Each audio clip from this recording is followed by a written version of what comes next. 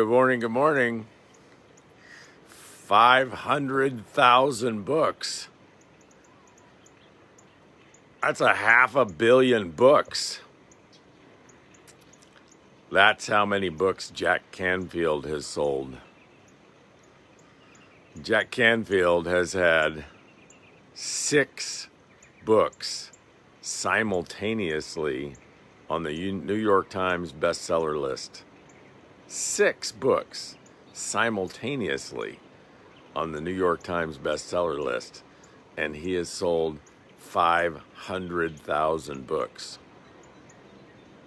I'm talking about Jack Canfield this morning because I interviewed him for my podcast last week, and it went live yesterday. And so I'm encouraging all of you to scroll back to yesterday in my feed on this channel, and maybe in the next 3 or 4 days, calendar somehow, grab a link, put it in your phone, watch or at least listen to this interview with Jack Canfield. And Jack Canfield is the co-author of the Chicken Soup for the Soul series. And he's been a master coach and transformational leader and workshop leader and author and speaker for, over 40 years. For as long as I've been on the personal development journey, Jack Canfield has been out there for me to listen to. And you can probably tell that I'm losing my voice. And I lost my voice yesterday because yesterday I interviewed his partner and co-author, Mark Victor Hansen, and his wife, Crystal. Actually, Kimmy and I interviewed Crystal and Mark for our podcast, the Authentic Networker podcast. And the Mark Victor Hansen interview will air in a couple of weeks. I'll give you a heads up on that. But I'm encouraging you to go listen to Jack Canfield because, there's very few people in the world that have dedicated their life, their entire life, to educating and serving other people in the personal development space. Yes, there's lots of teachers in the school system, for sure, which, are underpaid, unheralded heroes of our society. But there's very few people like Jack Canfield and Mark Victor Hansen and, Tony Robbins. And this is a very specialized niche of coaches and leaders and servants that, sometimes they do very well financially, but most of the people in this space don't do that well financially because most of them are in linear income. So like I'm a coach and I'm an author, and I don't know, I make money selling books, I guess, but it's not very much, and it's probably not going to double every year, I guess, unless I write a new book every year, which I'm not going to do. It's linear income. And coaching, which is probably my favorite thing to do, that's the least leveraged thing I do. That's like working by the hour, right? That's like, I used to make $3.05 an hour in the chicken plant, and I charge more than that for coaching, but, it's all linear income. And so I just encourage you to go listen to Jack Canfield because he has great wisdom and great lessons for all of us to learn. And I have a post there. If you look for it, it's just a typed post. It's below the live Jack Canfield interview. And if you actually listen to the interview and then you type in my post, my separate post, what you learned from the interview, I'm going to give you something. I don't know what I'm going to give you yet, and it'll probably be something digital so I don't have to mail you something. But listen to the interview and type up what you learned and be on the journey of learning. The most important thing, I'm going to tell you the most important thing I got from Jack Canfield, and it came from the last question I asked him. I said, Jack, what's the most important thing you've learned in your 40 years of learning? learning so that you could teach others, what's the most important thing that you learned? And he said to be a learner. And, that's just so profound, right? To always be a learner. Yesterday, I was talking to George Madu, who is the publisher of Network Marketing Magazine, and we were talking about coaches, and he asked me one of the criteria that I have for a coach is, I would never hire a coach unless the coach had a coach. Think about it. Why would you hire a coach who didn't have a coach? Does that make sense? So he said, what's your criteria for a coach? And I said, well, the number one criteria for me and a coach is the coach has to have gone through some great adversity. They have to have really hit the wall somewhere personally, relationship, financially, business, and that they had to have created their way through it. So they had to have overcome some major adversity in their life and come out the other side 10 to 100-fold bigger, better, stronger, smarter, more successful. That's number one. And there's, a lot of coaches that they've never gone through that kind of metamorphosis. They just decided to be a coach. And I wouldn't hire a coach that hadn't gone through that kind of disaster turned into triumph. And the second criteria is the coach has to have a coach.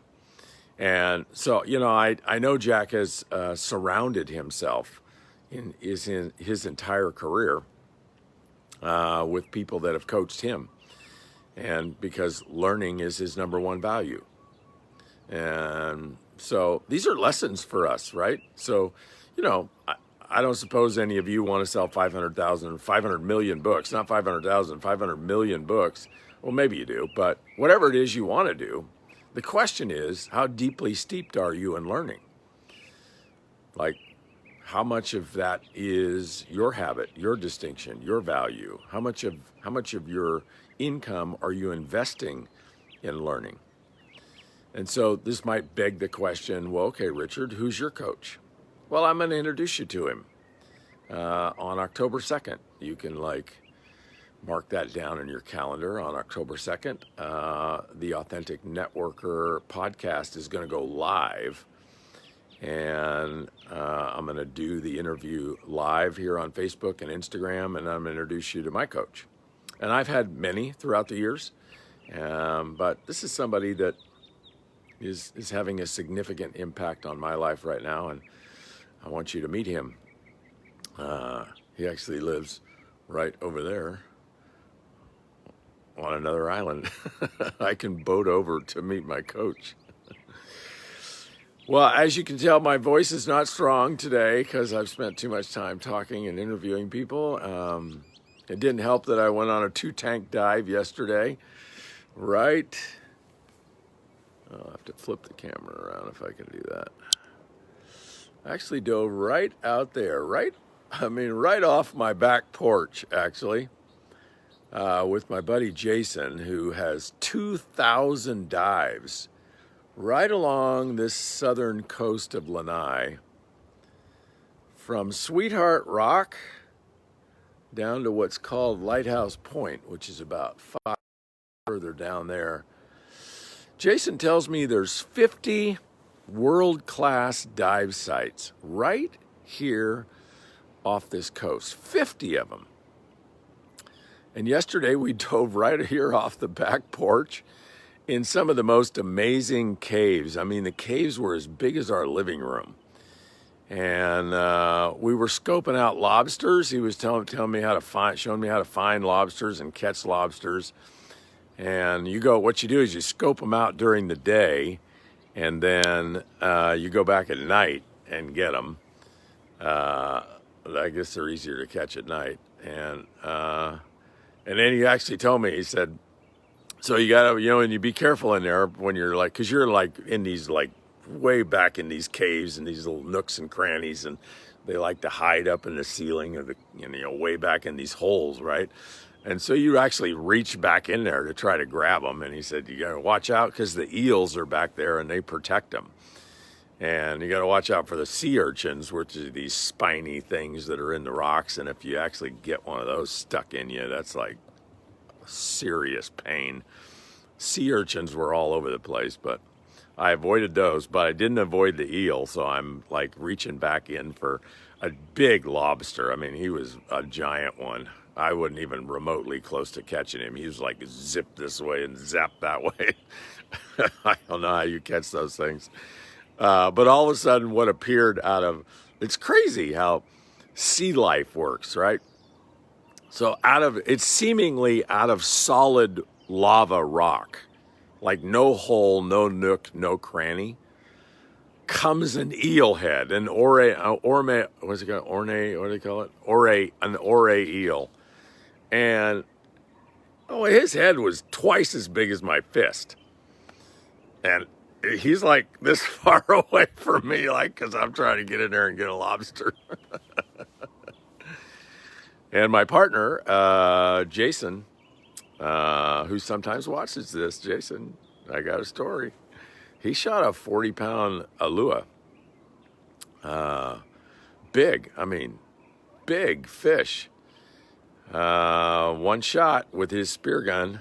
And you guys I don't know what your opinion is about hunting fish, but that fish is going to feed, 8 or 10 families, 2 or 3 meals. And so what Jason does with the fish he shoots is he fillets it up, and I'm actually taking it up to town this morning to give it to people who don't have fresh fish, because the only way you really get fresh fish here is if somebody shoots it or catches it. All right, so that's my diving story then. Diving didn't help my voice either. Hey, thank you guys for joining me. I don't know, today's Saturday, right? I don't know, is today's tag day? Would today be a tag day? Seems to me like it might be a tag day. Up to you. If you find these messages valuable, tag somebody. See you tomorrow.